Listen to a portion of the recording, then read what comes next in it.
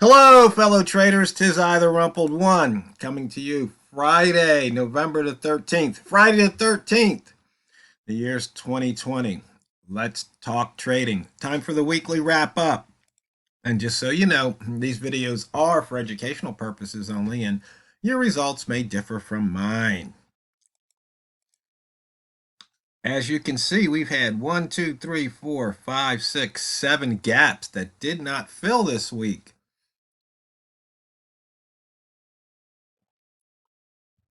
I haven't seen a week like this in a long time, but it is Friday the 13th, and I hope your luck's been a little bit better than mine. This is one of those weeks I'd rather forget. Anyway, um, the pound did fill its gap, and right now we're 30 pips above the weekly open. And you can see here the gap, the pound traded back into the opening range for the week, first day of the week. And it traded back into the opening range for the year, first trading date of the year. And the month's halfway over. We've got 2 more weeks of trading. Let's see, I think Thanksgiving is a non-trading day, but we have the 30th. So it looks like we've got about 10 days of trading left here. We'll just have to see how the pound reacts.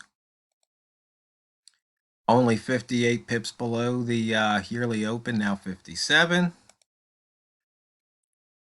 It actually broke out above last month's high. And last month was an inside bar. It's 12 pips above. But the day range is only 92. We've only got 3 pairs over 100 pips on the day.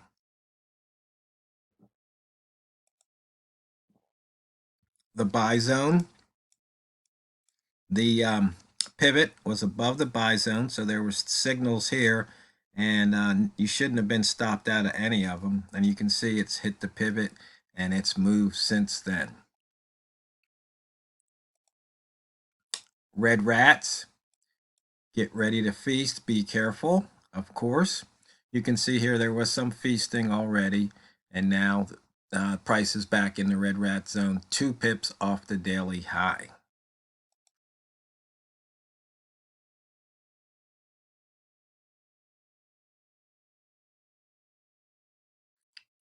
As you can see here, we took out the pivot.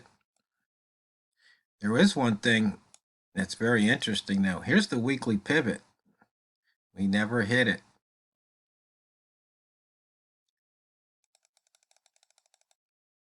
So you can see here we took out the daily. We missed the daily yesterday, but this weekly pivot we missed, and you can see 9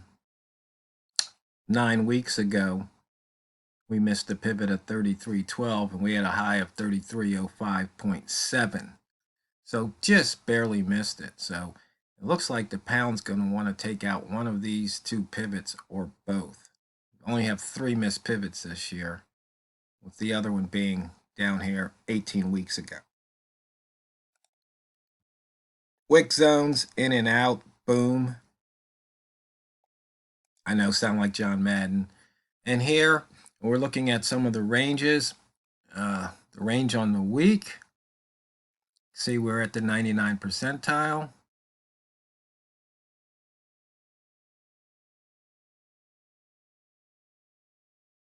And something's interesting here. Why does it say minus 100? I'm going to have to check the indicator. That doesn't seem right.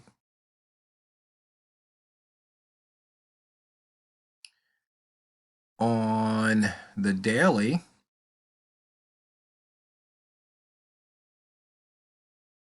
you can see 92 pips is only at the 28 percentile. High minus close is 2 at the 1 percentile. Looking for a rat reversal for it to come off of that. That's on the daily. On the weekly high minus close, you can see you've got 117 pips. Yeah, something's goofy with the week. I'm going to have to check out the indicator there. But you can see it's working properly on the daily.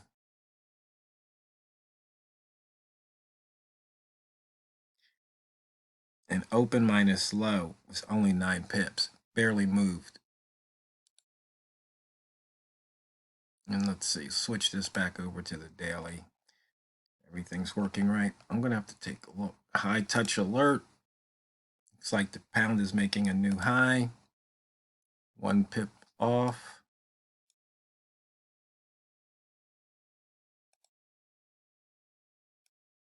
You can see here the Wall Mall lines. If you traded the Wall Mall lines during the New York session, it was paying off. Right here, Wall Mall and I were trading, and you can see here there really wasn't much action outside of 70 and 60. Finally, it came down here, and I had a low on this hour of 49.8, which was the launch zone, and sure enough, it launched from the 40 all the way up here. And Wall Mall, I'll tell you, it's one of those trades I'm kicking myself for not staying in that long. But that's Friday the 13th for you. Okay, you can see right here we just had a breakthrough. Price is coming back. Maybe we can get this number up to 20, if not more, for the rats. See if it will leave the rat zone. So as you can see here, we're using M15 candles. Green candle closed, red candle closed. You would take a short right here and see if you can pick up some pips.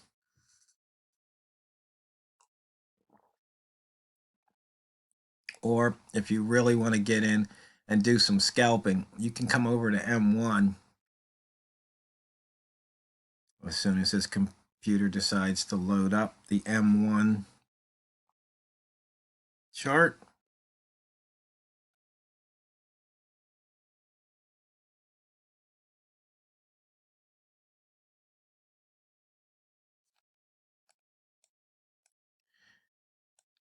And you can look for rat reversals here, but you can see here, if you took this reversal, you took a little heat. Same thing here, if you took this reversal, you may have gotten out with a pip. So that's one of the reasons why we usually don't trade the rat using 1 minute candles. And once again, if you're just starting out, try H1. So you can see right here on this particular trade, this was actually also a holo. We're in the upper rat zone. Price tried to make a new high and failed. And so if you went short at the open, there was an opportunity to take some pips, but now market looks like it's taking it back. So you just have to ride it out and see if the market smiles upon you or if it wants to take your pips. And that's what happens. That's trading.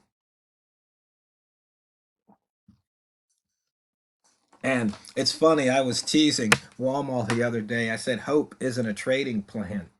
And it really isn't. But the thing is, whenever you enter a trade, you hope it goes your way because you can't make it go your way. So you just hope that it goes your way. And it doesn't matter what indicators you have on your chart. It doesn't matter what method you use. You know, once you put the trade on, it's all up to the market. And there's just, I can see so many traders out there just don't have a grasp of that one basic cold hard truth. I think we talked about it earlier when we were doing the cold hard truth videos. But, you know, somebody wants this indicator, somebody wants this template, somebody wants this modification, somebody wants this statistic. That's all well and good. But the thing is, if you don't have your basics down, and if you don't have an understanding of some of these cold hard truths, your trading's just not going to go that well. And you can, you can switch pairs, you can switch systems, you can get faster computers, you can get different brokers. It doesn't matter. None of it matters, really. Some of it might matter a little, like if you've got a faster response time, ping time from when you press the button and when they receive it and fill it. Yeah, that matters. But for us with these small lots, even if you're trading 10 lots, that's still a drop in the Forex bucket. Not even a drop, more like a molecule. Point being is you don't really have enough to affect the market, but the market can surely affect you. So what you have to do is just look at price, determine which way you think price is going to go in the near future, and trade accordingly. So right now we're in the rat zone. It's my thinking price is going to reverse. It's made a new high. It failed to make a new high here. It's going to reverse. We still have time in the day. Price could go up higher. Price could come all the way back down here. You just never know. And that's just the whole idea here. It's that you don't know. So you take your calculated risk, you determine which way you want to trade, and you trade accordingly. So one thing about the rat, or another thing about the rat, somebody was saying, do I need to combine the rat zone and the wick zone? The first answer is no. Second answer is it's always good to be aware where price is in relation to certain levels. So you can see right here, where is the rat? Well, you can see the rat dots right here for the day. But the question is, let's switch it back to a daily. You can see where was it for the week. You can see here when you were in the rat zone down here, when price started open, you can see you were in that lower wick zone from the previous day. And so there was a nice trade out of it, as we saw earlier. So yeah, you're in the rat zone, you're thinking about it, but it's like, ooh, I'm also in the previous day's wick zone. So you can see the previous day's wick zone was actually confined within the current day's rat zone. It's like bonus, right?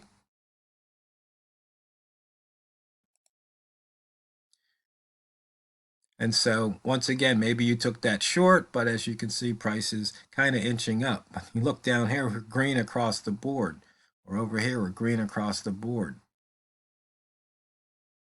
So sometimes you might say, well, let's look at M15. Well, you almost had a trigger here. You see that? You did not get that trigger. You don't want to rush the trade. On H1, you probably had the trigger earlier in the hour. Let's see, we're at 1027. So yeah, the first one. But see here, we didn't even have a rat reversal trigger. We had a holo trigger, but not a rat reversal. So from this one, you had the opportunity to get in at 87 and get out around 84-ish. So you could have picked up a couple of pips. No big deal, but you can take or you maybe break even +1, but at least you're out of the trade with a pip versus being underwater. Gasping for air, right? So these are just some of the things to consider. Even looking at M5, see how long it takes the computer to load up the M5 chart. Not too long. But see here, barely. And so if price isn't going, or let me put a stop this way. If price is going your way and it stops and you're up a pip or two, price can flash back in the blink of an eye. And so if you've been trading and it's been flashing, then once it stops, just get out. Just be happy. So right here, we're about ready to maybe actually see a short appear. And I guess you'll just have to take a look and see what happened afterwards, because fastest 15 minutes in trading is about up. So I hope Friday the 13th treated you better than it treated me. Hope you had a profitable week. I hope you have a fun, safe weekend. And if it's your first time here, welcome aboard. Click subscribe, click like, share the video, ring the bell. And when you come back to sit at your trading platform, just remember, it's not what you trade, it's how you trade it. So go out there and drain the banks. This is TheRumpledOne, over and out.